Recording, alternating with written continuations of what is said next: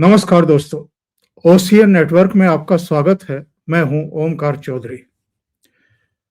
अभी बहुत अरसा नहीं हुआ है जब ममता बनर्जी ने कुछ लूज टॉक्स की थी गृह मंत्री अमित शाह के बारे में। उन्होंने कहा था कि ये जो एसआईआर का आइडिया है, ये अमित शाह का है और अमित शाह ने ही जगह जगह लोगों के वोट कटवाने का इंतजाम किया है, प्लानिंग की है। अभी अमित शाह जब पश्चिम बंगाल के दौरे पर हैं, 3 दिन का उनका प्रवास है, उन्होंने जो प्रेस कॉन्फ्रेंस की है उस पर सीधे सीधे जो घुसपैठियों को संरक्षण देने की नीति है ममता बनर्जी की, उस पर कड़ा प्रहार किया और ये भी कहा कि ये जो चुनाव होने वाला है, ये घुसपैठियों को संरक्षण देने और घुसपैठियों को बाहर निकालने के मुद्दे पर ही होने वाला है। ममता बनर्जी के कुछ बयान आए हैं जो बेहद आपत्तिजनक हैं। उन्होंने कहा है कि आप होटल में छुपे बैठे हैं, आप होटल में हैं, आप होटल से एक कदम बाहर नहीं रख सकते अगर हम चाहें तो। ये किसको थ्रेट दी जा रही है? देश के गृह मंत्री को। उनके भतीजे अभिषेक बनर्जी 10-12 सांसदों के साथ मुख्य चुनाव आयुक्त से मिलने के लिए पहुंचे। आरोप जड़े कि साहब इतने लाख वोटर्स के नाम कटवा दिए गए हैं, गलत तरीके से कटवाए गए हैं, बहस पर उतारू हो गए। 2 सवा 2 घंटे तक वहां बहस करते रहे मुख्य चुनाव आयुक्त के साथ में, और बाहर निकल करके क्या कहा कि मुख्य चुनाव आयुक्त मुझे उंगली दिखा करके बातें कर रहे थे, तो मैंने उनको समझा दिया कि आप नियुक्त हैं और हम चुन करके आए हैं, आप हमें उंगली नहीं दिखा सकते। ये हो क्या रहा है? इतनी बौखलाहट, इतनी परेशानी, क्या हार दिखाई देने लगी है बुआ भतीजे को? है क्या असली माजरा? और ममता बनर्जी तो खैर पहले से ही, पहले चुनाव में भी हमने देखा है कि जैसे जैसे चुनाव नजदीक आते हैं बहुत आक्रामक हो जाती है, इतनी आक्रामक हो जाती है जिसका कोई हिसाब किताब नहीं है। और फिर वो कहते हैं ना कि येन केन प्रकारेण साम दाम दंड भेद, उनको अपनाते हुए चुनाव जीतने के लिए पूरा अपना एक्सपीरियंस झोंक देती है। मेरे साथ 2 खास मेहमान जुड़ रहे हैं, बाबा रामदास जी और वीरेंद्र नाथ भट्ट। दोनों को जोड़ करके चर्चा को आगे बढ़ाएंगे। आप दोनों का बहुत स्वागत है। नमस्कार जी। नमस्कार। नमस्कार। जय श्री राम। जय श्री राम। वीरेंद्र जी, आपके पास पहले आता हूं। दोनों घटनाएं, ममता बनर्जी ने अमित शाह के बारे में जो आपत्तिजनक बयानबाजी की कि आप होटल से निकल नहीं सकते अगर हम चाहें तो, और अगर अमित शाह ने कुछ चाह लिया तो Mamata Banerjee chief minister office में नहीं रहेंगी। ये उनको पता होगा, तब ये उकसाने वाला बयान दिया है ममता बनर्जी ने। ममता बनर्जी जो पूर्व में जो बयान दे रही हैं वो केवल उसी गलती को दोहरा रही हैं। और ये जो प्रोवोकेशन जो आपने गिनाए, जो ममता बनर्जी ने कहा अमित शाह के बारे में कि होटल से नहीं निकल पाएंगे, और जिस तरीके से अभिषेक बनर्जी ने अभद्र भाषा का प्रयोग किया है मुख्य चुनाव आयुक्त के बारे में, उसकी समस्या इसका सबसे बड़ा जो प्रोवोकेशन ममता बनर्जी के लिए है, वो कल मंगलवार को कलकत्ता में केंद्रीय गृह मंत्री अमित शाह की प्रेस कॉन्फ्रेंस, उन्होंने बहुत ही कैटेगोरिकल तरीके से, बहुत ही स्पष्ट तरीके से बंगाल के चुनाव का मुद्दा तय कर दिया और ये कहा है कि घुसपैठियों को निकालने और घुसपैठ को रोकने के इशू पे चुनाव होने वाला है। दूसरी बात, यह मामला केवल पश्चिम बंगाल का नहीं है, यह मामला पूरे देश की सुरक्षा, आंतरिक सुरक्षा से जुड़ा हुआ मामला है। और तीसरी बात उन्होंने बहुत साफ कही कि ममता बनर्जी ने पश्चिम बंगाल को घुसपैठियों को का सेवन बना दिया है, स्वर्ग बना दिया है। यानी अब ये अमित शाह ने एक तरीके से ये कह दिया है कि 2011 में जब ममता बनर्जी पहली बार मुख्यमंत्री बनी थी, तो ये सीपीएम को चुनाव से सत्ता से हटाने का चुनाव था, और 2026 में का चुनाव ममता बनर्जी को चुनाव में हटाने का परिणाम है। और ये भी स्पष्ट है कि भारतीय जनता पार्टी 2021 की तुलना में बहुत बेहतर स्थिति में है, और 2021 में उसके पास केवल 4 विधायक थे, 4 से वो 77 पहुंच गई। और बीजेपी एजेंडा के और जिस तरीके से पिछले 5 साल में शुभेंदु अधिकारी ने बीजेपी की एक स्पष्ट राजनीतिक, आइडियोलॉजिकल, वैचारिक पहचान जो पश्चिम बंगाल में बनाई है, वो उसका असर अब साफ दिख रहा है। हालांकि अभी भी ममता बनर्जी ये दावा कर सकती हैं, और सही बात भी है बहुत हद तक, कि ममता बनर्जी के कद का नेता अभी बीजेपी के पास नहीं है। लेकिन लेकिन बीजेपी के पास दिल्ली के चुनाव में भी कोई नेता नहीं था फरवरी 2025 में। बीजेपी के पास मार्च 2017 में यूपी में भी कोई नेता नहीं था, और योगी आदित्यनाथ मुख्यमंत्री बने थे। बीजेपी के पास राजस्थान में एक नेता था,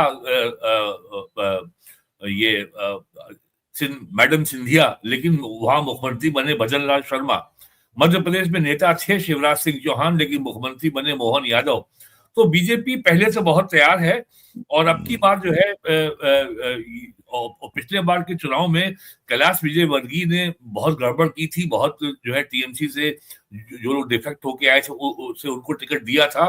तो बीजेपी ने बहुत कुछ सीखा है, और जिस तरीके से ममता बनर्जी अब अस्मिता की बात कर रही है, बंगाली अस्मिता की बात कर रही है, तो ममता बनर्जी अपने बयानों से खुद अपनी असुरक्षा, और चुनाव में वो हार रही हैं और वो बैकफुट पर हैं, शी इज लूजिंग ग्राउंड, ये खुद अपने बयानों से वो इसका प्रमाण दे रही हैं, जो सीधे सीधे गृह मंत्री को वो धमकी दे रही हैं।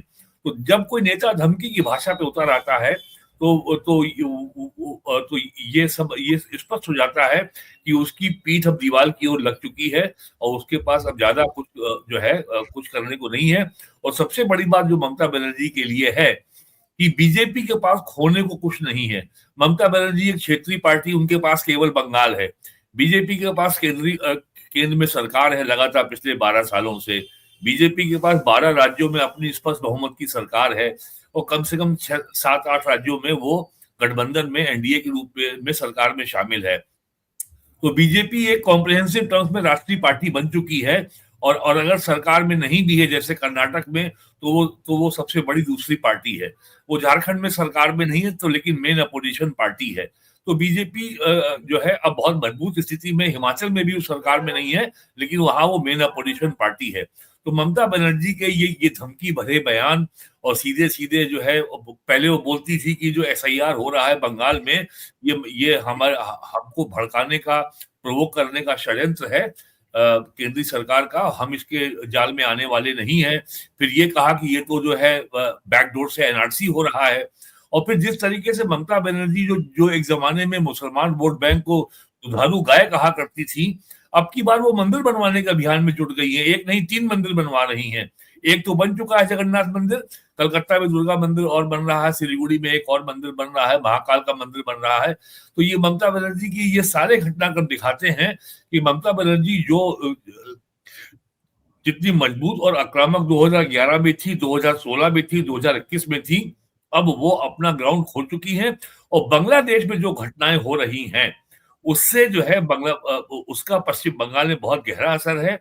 अमित शाह ने अपनी प्रेस कॉन्फ्रेंस में जिस तरीके से डेमोग्राफी का मुद्दा उठाया कि यहाँ पे जनसंख्या का चरित्र बदल रहा है, और कम से कम आधे दर्जन से अधिक जिलों में मुसलमान जो है का बहुमत हो गया है, और जिस तरीके से ढाका में दीपू चंद दास को मार के जिंदा जला दिया गया, ये इसका वीडियो क्लिप शायद ही बंगाल का कोई हिंदू हो जिसके फोन पे ना पहुंचा हो। तो बंगाल के जनमानस पर, बंगाल की साइकी पर, बांग्लादेश में लगातार हिंदुओं का जो नरसंहार हो रहा है, कल ही वहां पे कुछ घरों में हिंदुओं को बंद कर दिया गया और घरों में आग लगा दी गई। तो पूरी जो अब जो घटनाक्रम है, वो लगातार ममता बनर्जी के खिलाफ होता जा रहा है। और आज अभिषेक बनर्जी का चुनाव आयोग के कार्यालय में जाना, मुख्य चुनाव आयोग से मिलना, और जिस तरीके से चुनाव आयोग ने बंगाल के चीफ इलेक्टोरल ऑफिसर को वाइड पर सिक्योरिटी दिलवाई है, जिस तरीके से जो बीएलओ को सिक्योरिटी दिलवाई है, और जिन जिन सेंटर पे जिन मतदाताओं को नोटिस जारी किए गए हैं जहां उनकी सुनवाई हो रही है, कल वहां पे टीएमसी के लोगों ने हमला किया और वहां पर भी केंद्रीय बलों की तैयारी को तैनात करने की तैयारी हो रही है। तो सारा घटनाक्रम अब ममता बनर्जी के खिलाफ जा रहा है और आने वाले दिनों में आप देखिएगा एसआईआर की प्रोसेस जब तक चलती है, ममता बनर्जी का ये जो केंद्र सरकार, चुनाव आयोग और केंद्रीय गृह मंत्री के प्रति जो उग्र उनका व्यवहार है, ये उग्रता बढ़ेगी। ये इस बात को साबित करेगी कि शी इज लूजिंग ग्राउंड। जी जरा एक जो संबित पात्रा ने प्रेस कॉन्फ्रेंस की है उसका एक हिस्सा सुन लेते हैं, फिर बाबा जी के पास। जी ने बड़े स्पष्टता के साथ बंगाल में जिस प्रकार से भ्रष्टाचार, अन्याय और विशेष करके जो घुसपैठियों को लेकर राजनीति हो रही है, उस विषय में आदरणीय अमित शाह जी ने अपने वक्तव्य को रखा है कि किस प्रकार ममता सरकार जमीन नहीं दे रही है वहां फेंसिंग के लिए, किस प्रकार घुसपैठियों के नाम कटने से, इलेक्टोरल रोल से ममता बनर्जी और उनके नेता बंगाल में परेशान हैं।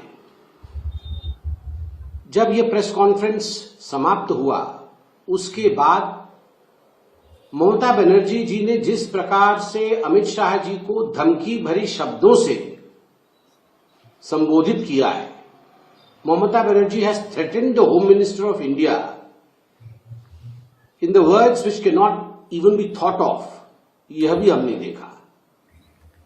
ममता बनर्जी जी का कहना कि आप तो होटल में छुप कर बैठे, ये हम नहीं चाहते तो आप होटल के बाहर एक कदम भी नहीं रख सकते, और आप भाग्यवान हैं कि हमने आपको होटल से बाहर निकलने दिया।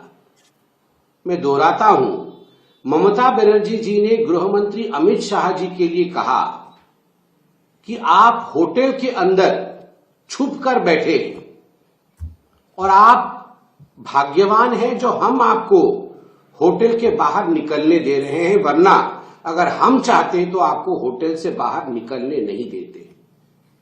यह देश के एक बड़े राज्य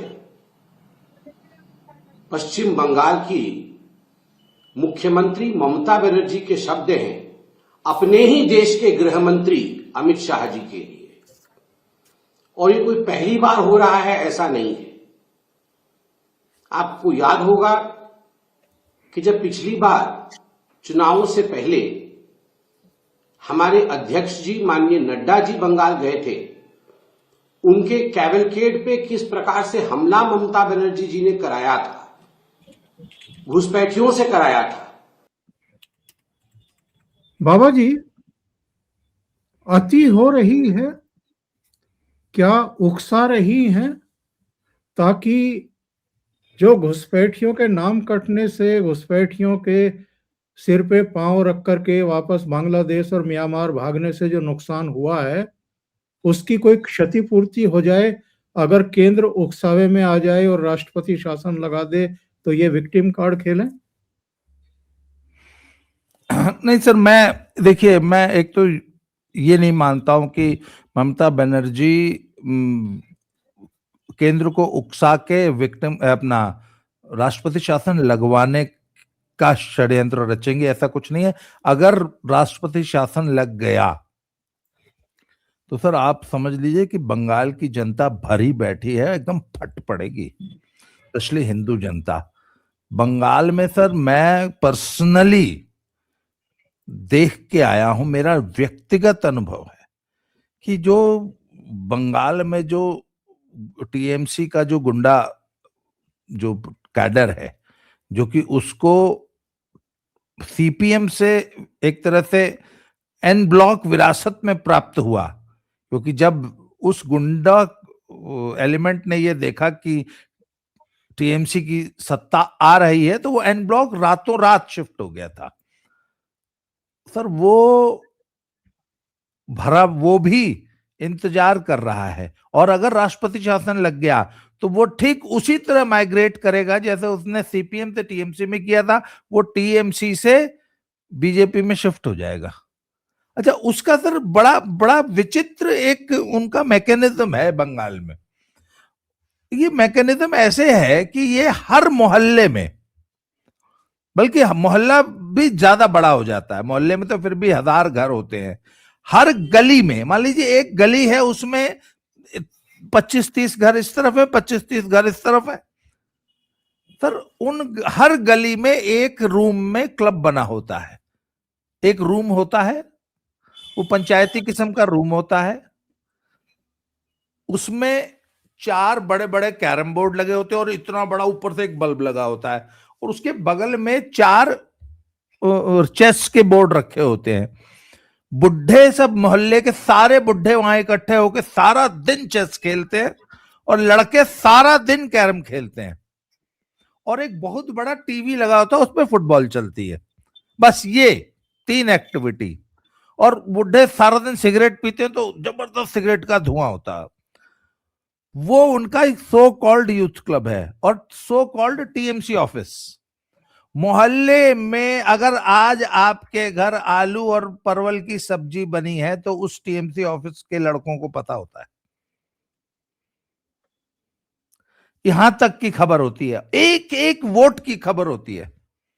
और आप कुछ भी करते हैं, आपके घर में कोई आमदनी हुई है, कुछ एक्स्ट्रा पैसा आया है, ये उसको खबर होती है और वो हर चीज में अपना हिस्सा बटाते हैं और वो बाकायदा ऊपर तक जाता है। वसूली की एक पूरा एक तंत्र बना हुआ है। इसके अलावा दुर्गा पूजा की वसूली होती है, उसके अलावा जो फुटबॉल क्लब्स होते हैं उनकी वसूली होती है, और सांस्कृतिक कार्यक्रम जो होते हैं उनकी वसूली होती है, राजनीतिक कार्यक्रमों की वसूली होती है। सर यही है वहां का गुंडा कल्चर। और जिस दिन वोट पड़ना होता है तो वो गुंडा जो है सुबह कुर्सी लेके चौराहे पे बैठ जाता है उस गली में। अच्छा, उनको ये पता होता है कि फलाना वाला जो घर है वो भाजपा समर्थक है, तो सुबह 7 से 10 3 घंटा वो आपको निकलने नहीं देगा घर से। और उस 3 घंटे में वो जो मृतक वोटर है, जो उनको तो एक एक वोट की जानकारी है, तो जो डिस्प्लेस्ड वोटर है, एब्सेंट वोटर है, मृतक वोटर है और जो भाजपा के वोटर है, सबसे पहले उनका फर्जी वोट डलवाएंगे। 10 बजे तक हरी झंडी हो गई, हाँ पड़ गया वोट, और जो लाइन लगी होती है वो टीएमसी की लाइन होती है। उसके बाद 10 बजे के बाद खुला छोड़ देते हैं और 10 बजे तक वो बूथ ऑलरेडी जीत चुके होते हैं। ये वहां का मॉडस ऑपरेंडी है बंगाल का। सर अगर वो टीएमसी का कार्डर न्यूट्रल हो जाए, ना भी शिफ्ट करे बीजेपी में, अगर वो सिर्फ न्यूट्रल हो जाए और ऐसे बोलते भैया जिसको मर्जी है देना है वोट दो, हमसे कोई मतलब नहीं है, इतना बोलते ही बीजेपी इलेक्शन स्वीप कर देगी। Sweep, clean sweep. तो सर राष्ट्रपति शासन नहीं, ममता की शुरू से सर यही स्टाइल ऑफ पॉलिटिक्स रही है। सीबीआई अधिकारियों को धमकाती थी, केंद्र से जो भी ईडी की एक बार टीम गई थी उसको अटैक करवा दिया था, उल्टे एफआईआर करवा दिया था, काम नहीं करने देगी किसी भी केंद्रीय एजेंसी को, राज्यपाल से सीधा माथा से माथा भिड़ा के रखती है हमेशा। तो ये उसका स्टाइल ऑफ पॉलिटिक्स है। तो इसमें जो है ना, अच्छा सर जमीन तो खिसकी है, इसमें कहीं से कोई दो राय नहीं है, और बहुत सारे फैक्टर्स ऐड हो गए हैं। एक तो एसआईआर से जो वोट कटना है, भाई जब एब्सेंट, मृतक, डिस्प्लेस्ड, डबल एंट्रीज हैं ही नहीं तो किसका फर्जी वोट डलवाओगे? पहली बात तो 50-60 लाख का वोट का तो सिर्फ सीधे सीधे यही नुकसान है। अभी 1 करोड़ लोगों को नोटिस मिला हुआ है, उसमें से भी मेरे हिसाब से मिनिमम भी अगर वोट कटेगा तो कम से कम 20 से 30 लाख वोट कट जाएगा उस 1 करोड़ कुछ है ना जिनको नोटिस मिला हुआ है। तो सर 50-60 लाख वोट का तो नुकसान सीधे सीधे टीएमसी को यही है। बड़ा क्लोजली फॉट इलेक्शन पहले से ही था। अच्छा, उसके बाद बहुत सारे ऐसे फैक्टर्स इकट्ठे हो गए हैं। बांग्लादेश की घटनाओं का बहुत बुरा साइकोलॉजिकल असर पड़ा है बंगाल के हिंदू पे, दीपू चंद्र दास की हत्या और इसके अलावा जो भी घटनाक्रम है। सर इन सब कारणों की वजह से बहुत सारे फैक्टर्स असल में ऐड हो गए। अच्छा, और बीजेपी का उत्साह जो है इस बार आपने भी देखा होगा, पिछले कुछ चुनावों की तुलना में इस बार बीजेपी ज्यादा उत्साहित है, ज्यादा आक्रामक है। नहीं तो बीजेपी बंगाल का चुनाव इतना आक्रामक होकर कभी नहीं लड़ी है जितनी इस बार दिखाई दे रही है। तो मैं समझता हूं कि सर ममता बनर्जी जो कि जमीन से जुड़ी हुई नेता है, उन्होंने भांप लिया है कि नहीं इस बार जो है हवा बदली हुई है और इस बार तो पक्का सत्ता परिवर्तन होना है। जी वीरेंद्र जी, जरा देख लेते हैं कि अभिषेक बनर्जी ने क्या क्या कहा है, उस पर फिर आपकी टिप्पणी मैं चाहूंगा। इन्होंने कहा है, टीएमसी नेता का दावा है कि एसआईआर के तहत 1,36,00,000 मामलों में लॉजिकल डिस्क्रिपेंसी वैसी है। लेकिन आयोग ने अब तक इसकी सूची सार्वजनिक नहीं की। उन्होंने आरोप लगाया कि ईसीआई ऐप में गड़बड़ी है, जहां दस्तावेज जमा होने के बावजूद नोटिस जारी नहीं हो रहे हैं और नाम सॉफ्टवेयर के जरिए हटाए जा रहे हैं, वो भी आरोप की जानकारी के बिना। उन्होंने कहा कि 60 साल से अधिक उम्र के बुजुर्गों, दिव्यांगों और गंभीर बीमारियों से जूझ रहे लोगों को घंटों फिजिकल वेरिफिकेशन के लिए बैठाया जा रहा है, जो अमानवीय है। अभिषेक बनर्जी ने सवाल उठाया कि रोहिंग्या और बांग्लादेशी घुसपैठियों के नाम पर बंगाल को बदनाम किया जा रहा है। अगर 58 लाख लोगों की सूची बनाई गई है तो साफ बताया जाए उनमें कितने अवैध प्रवासी हैं। अगर कोई अवैध है तो हम भी उन्हें बाहर करने के पक्ष में हैं, लेकिन झूठा प्रचार बर्दाश्त नहीं करेंगे। और उन्होंने ये भी कहा कि 11 राज्यों में एसआईआर चल रहा है, लेकिन बंगाल में सबसे कम डिलीशन होने के बावजूद यहाँ सबसे ज्यादा सख्ती की जा रही है। तो ये आंकड़ा उन्हें कहां से मिला कि बंगाल में सबसे कम डिलीशन हुए हैं? अभी तो वहां प्रोसेस चल रहा है, अभी तो जो है ड्राफ्ट रोड भी पब्लिश नहीं हुआ है। तो जैसे यूपी का ड्राफ्ट रोड पब्लिश होगा 6 जनवरी को, और बंगाल में तो अभी 2.25 करोड़ वोटर का रीवेरिफिकेशन हो रहा है, तो वहां तो ड्राफ्ट भी जो है उसके बाद 6 जनवरी के बाद ही आएगा। यानी ये जो रीवेरिफिकेशन की प्रोसेस के पूरा होने के बाद ही पब्लिश होगा। और जिस तरीके से वो बंगाली मुसलमान और रोहिंग्या की बात कर रहे हैं, उससे तो वो कल जो अमित शाह ने आरोप लगाया है उसको ही कंफर्म कर रहे हैं। वो ये बता रहे हैं चोर की दाढ़ी में तिनका। उनको इस बात का डर सता रहा है कि बड़े पैमाने पर जो उनके बड़े ट्रस्टेड और लॉयल वोटर हैं, बांग्लादेशी और रोहिंग्या, जिनको अवैध तरीके से तृणमूल कांग्रेस ने वोटर लिस्ट में उनका नाम डलवाया है, उनका नाम कट जाएगा। ये तो डर उनका, ये झलक रहा है इनमें बहुत साफ। उनका ये जो भय है, और अगर 50 लाख वोट भी कट गए अगर बंगाल में, तो जाहिर है उसमें जो है 99% वोट तो मुसलमानों के होंगे, बांग्लादेशियों के होंगे, रोहिंग्या के होंगे। और जैसा बाबा जी ने कहा, जो उनका कैरम क्लब वाला जो आदमी है, जो कैरम क्लब की जो उनकी गुंडा फौज है, वो भी इस मामले में कोई उनकी मदद नहीं कर पाएगी। और उनको और तो ममता बनर्जी को और अभिषेक बनर्जी के दोनों बयानों को और जो कल अमित शाह ने कहा, अगर तीनों को आप एक कॉन्टेक्स्ट में देखें, तो यानी अमित शाह का जो आरोप है उसका जवाब देना तृणमूल कांग्रेस को भारी पड़ रहा है। एक तरफ ममता बनर्जी धमकी दे रही है कि आप होटल से बाहर नहीं निकल पाते, और दूसरी तरफ आप जाके चुनाव, और दूसरी तरफ जो उनका भतीजा है वो जाके चुनाव आयोग पे आरोप लगा रहा है कि आप जो है हमारे यहाँ इतने कम वोट काटे गए हैं, लेकिन शक्ति हमारे यहाँ सबसे अधिक हो रही है। सबसे ज्यादा शक्ति आपके इसलिए अधिक हो रही है कि सबसे ज्यादा जो संदिग्ध वोटर है वो आप ही के प्रदेश में है।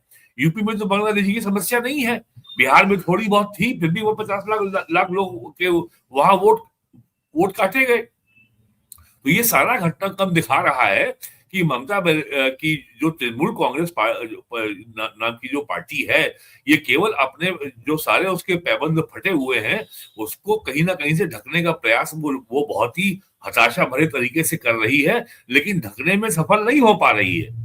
ये बहुत साफ बात समझ में आ रही है। और ये भी उनको पता है कि अगर ममता बनर्जी का ये किला अगर बंगाल में ढह गया, तो जिस तरीके से ममता बनर्जी पिछले 10 साल से अधिक हो गया है कांग्रेस को और सीपीएम को उन्होंने अपने पैर के अंगूठे पे रखा हुआ है, वो जो है फिर उनका जो है बंगाल में उभार रोक नहीं पाएंगे। और ममता बनर्जी को आज अपनी इस गलती का एहसास हो रहा होगा कि उन्होंने जो पूरी जो सीपीएम और कांग्रेस की पॉलिटिकल स्पेस को हाईजैक कर लिया और उनके लिए कोई थर्ड पॉलिटिकल फोर्स के लिए उन्होंने स्पेस नहीं रखी, और जो है पूरी तरीके से जो अब इलेक्टोरल कॉन्टेक्स्ट है वो एकदम बाइपोलर हो गई है। तो ऐसी स्थिति में और अगर कहीं कोई थर्ड फोर्स होती तो थोड़ा बहुत उनके लिए अपने वोट के डिवीजन के चलते अपनी कुछ सीट बचाने का इंतजाम होता। लेकिन अब तो ये तय है कि जहां पे केवल जो सीटें मुस्लिम बाहुल्य हैं 50% या इससे अधिक वोटर, केवल वही ममता बनर्जी के लिए बचेंगी। और अब केवल ये देखना है कि जो भद्र लोग बंगाल का है, जो अंग्रेजों के जमाने से लेकर के आज तक हमेशा सत्ता के साथ रहा है, वो किधर जाता है। और अब ये सारी जो ममता बनर्जी की पैंतरेबाजी हो रही है, वो बीच बीच में बंगाली अस्मिता के बारे में भी बोल रही थी। बंगाली भाषा बोलने वाले जो मजदूर हैं उनके ऊपर हमले किस राज्यों में, उसको भी उन्होंने मुद्दा बनाया। तो ममता बनर्जी एक तरीके से डूबते को तिनके का सहारा है, रोज एक नया मुद्दा ले आती है और रोज जो है कोई ना कोई मुद्दे पे अब उनके लिए लगातार चुनाव आयोग और केंद्रीय गृह मंत्री और बीजेपी के ऊपर एक साथ हमलावर बने रहना लगातार कठिन होता जा रहा है, क्योंकि चुनाव आयोग ने जो प्रक्रिया वहां शुरू की है वो उसने अपने संवैधानिक अधिकारों के अनुरूप की है और वो रुकने वाली नहीं है। और ममता बनर्जी ने सारे हथकंडे अपना लिए हैं। 4 नवंबर को ये प्रक्रिया शुरू हुई थी 12 राज्यों और यूटीज में, और ये आज लगभग 56 दिन पूरे हो गए हैं। ये रुकी नहीं है, 56 दिन ज्यादा हो गए हैं। तो ये तो अब ये स्पष्ट नहीं समझ में आ रहा कि ममता बनर्जी चाहती क्या है। वो बीजेपी के ऊपर जो है एक बढ़त लेना चाहती है, या चुनाव आयोग की एसआईआर की कार्रवाई और 2.25 करोड़ वोटरों का जो रीवेरिफिकेशन हो रहा है उसको रुकवाना चाहती हैं। वो क्या चाहती हैं ये भी आने वाले दिनों में, या जब ड्राफ्ट इलेक्टोरल रोल पब्लिश होगा बंगाल का, ये बात सामने आ जाएगी। जी, अभिषेक बनर्जी ने एक और बात कही है, वो भी मैं पढ़ करके बता देता हूं। कांग्रेस, आप और आरजेडी सहित विपक्षी दलों से अपील की इन्होंने कि वो समझें वोट चोरी ईवीएम से नहीं, वोटर लिस्ट और सॉफ्टवेयर के जरिए हो रही है। उन्होंने दावा किया कि बीजेपी महाराष्ट्र, हरियाणा, दिल्ली और बिहार में इसी तरीके से जीत हासिल करके यहां पहुंची है। और पहले मतदाता तय करते थे सरकार कौन बनाएगा, अब सरकार तय कर रही है वोट डालने कौन जाएगा। याद रखिए, बीजेपी हमेशा सत्ता में नहीं रहेगी, संविधान रहेगा। 2026 में बंगाल की जनता फिर बीजेपी को हराएगी। ये राष्ट्र के नाम संदेश जारी किया है अभिषेक बनर्जी ने। नहीं, तो सवाल ये है कि 14 नवंबर को जो है बिहार के विधानसभा चुनाव के परिणाम आ गए। 45 दिन की समय अवधि बीत गई है। कांग्रेस ने कितने मामलों में इलेक्शन पिटीशन बिहार के चुनाव को लेकर के दाखिल की? कांग्रेस और अब ने कितने को लेकर के अब अभिषेक बनर्जी ममता बनर्जी को देख लेंगे ये कितनी पिटीशन दायर करेंगे यहाँ एसआईआर पूरा कंप्लीट होने के बाद। जी बाबा जी। सर मैं बताऊं, ये वोटर लिस्ट में गड़बड़ असल में ये सीपीएम के द्वारा, हम पुराने जमाने में कहा करते थे कि बूथ कैप्चरिंग बंगाल में सरकार करती है, सरकार जो है वो चुनाव का हरण करती है, और इनका जो सबसे सेफ मोडस ऑपरेंडी होता था कि अपने विरोधी वोटर का नाम वोटर लिस्ट में आने ही मत दो, अगर आ गया तो फिर उसको बूथ तक मत आने दो, वोट डालने के लिए उसका वोट डलवा दो। तो 2 स्तरों पर अपने विरोधी वोट को कटवाती थी। सर पहली वाली टेक्निक तो एसआईआर के माध्यम से इलेक्शन कमीशन ने खराब कर दी इनकी पहली प्लानिंग।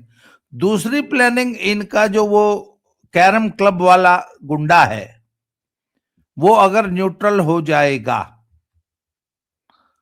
तो हो जाएगी, और अगर जनता खुले में छुट्टा में आ गई वोट डालने के लिए तो ममता बनर्जी को ये पता है कि मेरे लिए बहुत बड़ी मुश्किल हो जाएगी। सर एक और बड़ा फैक्टर है, बंगाल में बंगाल में एक वर्ग है जिसे हिंदी भाषी कहा जाता है। असल में वो हिंदी भाषी नहीं है, वो है भोजपुरी भाषी। बिहार और यूपी का जो वोटर है ना सर, वो बहुत भारी संख्या में, और मैं तो समझता हूं कि शायद 1 करोड़ से ज्यादा वोटर होगा। और वो लोग हैं जो पिछले 50, 60, 70 सालों से बंगाल में रहते आ रहे हैं और वहीं के बस गए हैं, वहीं के बाशिंदे हैं सब कुछ, परंतु मूलतः हिंदी भाषी हैं। उनकी जड़ें आज भी बिहार बंगाल में इंटैक्ट है। ये सारे बीजेपी के कट्टर वोटर हैं, ये यूनाइट हो रहे हैं। जो पहले थोड़ा बहुत सपा या राजद ये लोग जो होते थे, ये वहां जाके ये भी कट्टर भाजपाई हो जाते हैं। दूसरा जो मतुआ कम्युनिटी है उसको एक होप हो गई है कि अगर बीजेपी आएगी तो उनके जो इश्यूज हैं, स्पेशली उनका जो एक सिटीजनशिप वाला इशू है, वो सॉल्व होता दिख रहा है उनको एक बहुत बड़ी होप है। बंगाल का मुसलमान ममता से थोड़ा सा हताश है, निराश है, और वहां पे जो ये बाबरी मस्जिद वाला ये शिगुफा छेड़ा है, उससे भी हिंदू पोलराइज हुआ है। बांग्लादेश की घटनाओं की वजह से हिंदू पोलराइज हुआ है, और अभी तक मुसलमान जो है वो थोड़ा डाइसी है। बाद में क्या होगा अभी नहीं कह सकते, इट्स टू अर्ली, पर और हो सकता है कि इस बार कांग्रेस थोड़ा मजबूती से चुनाव लड़े, इसकी संभावना मुझे दिख रही है। तो अगर थोड़ा भी मजबूत हो गई कांग्रेस और सीपीएम, तो बीजेपी के लिए बहुत बड़ी एक ओपनिंग खुल सकती है बंगाल में। इसको ममता बनर्जी देख रही। भाई आप देखें ना, क्योंकि वोटर तो सारा का सारा कांग्रेस और सीपीएम से ही ना टीएमसी में आया है। जो वंस अपॉन ए टाइम जो पूरा का पूरा सीपीएम का वोटर और काडर होता था, आज वो टीएमसी में है, वो बीजेपी में शिफ्ट हो जाएगा, उनको कोई दिक्कत नहीं है। हाँ, ये है सर। बहुत धन्यवाद, बहुत बहुत धन्यवाद बाबा रामदास जी और वीरेंद्र नाथ भट्ट साहब, आप जुटे और बहुत ही महत्वपूर्ण मुद्दों पर चर्चा की, और मुझे लगता है कि दर्शकों को भी ये चर्चा अच्छी लगी होगी। लाइक का बटन दबाना ना भूलें।